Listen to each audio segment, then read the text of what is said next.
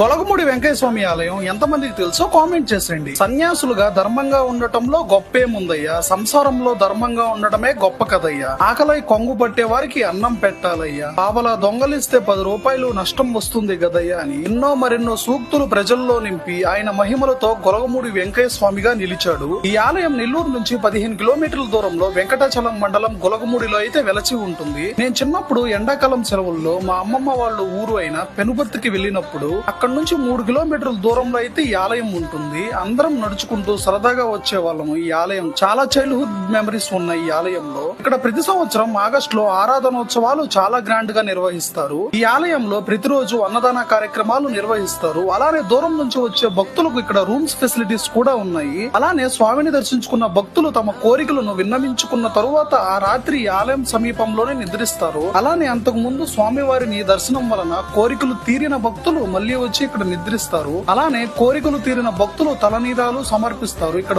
వెంకయ్య స్వామికి. ఈ ఆలయంలో ఎంతమంది గొలగమూడి వెంకయ్య స్వామిని దర్శించారో కామెంట్ చేసేయండి. ఈ రీల్ ని మీ ఫ్రెండ్స్ అండ్ ఫ్యామిలీ మెంబర్స్ కి అయితే షేర్ చేసేయండి. సైనింగ్ ఆఫ్ మీ ఐ లవ్ బుచ్చిరెడ్డిపాలెం.